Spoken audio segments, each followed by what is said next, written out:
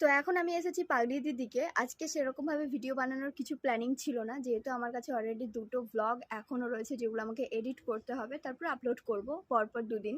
তো সেই কারণে ভাবলাম যে আজকের দিনটা চলো এডিট করে করে দিনটা না হয় কাটিয়ে দিই, আজকে আর কোনো ভিডিও শ্যুট করব না।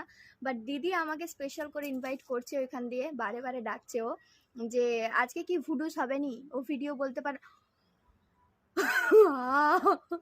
তুমি এত বড় করে হাই তুললে সবাই দেখতে পেয়ে গেল।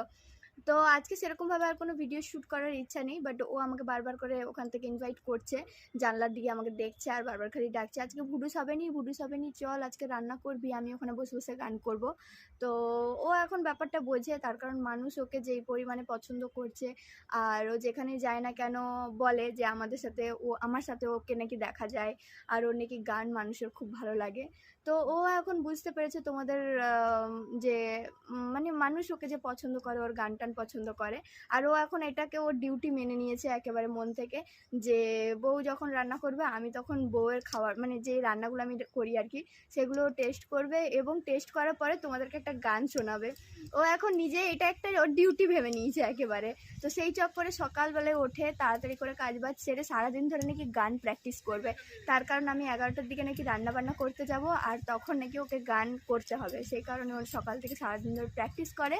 তো এই প্র্যাকটিস আমি ওকে কোনো সময় বলি না, ওকে তো বেশিরভাগ সময় আমি গানও করতে ডাকি না, আমি রান্না করি ওকে তরকারি দিয়ে যাই।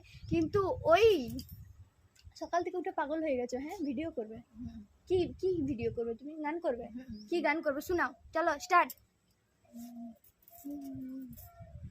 হে বাবা, তোমাকে কার মতো লাগছে জানো? হ্যাঁ, সবুজ সাথী চ্যানেলের হিরোইনের মতো। জোরে জোরে গান করো।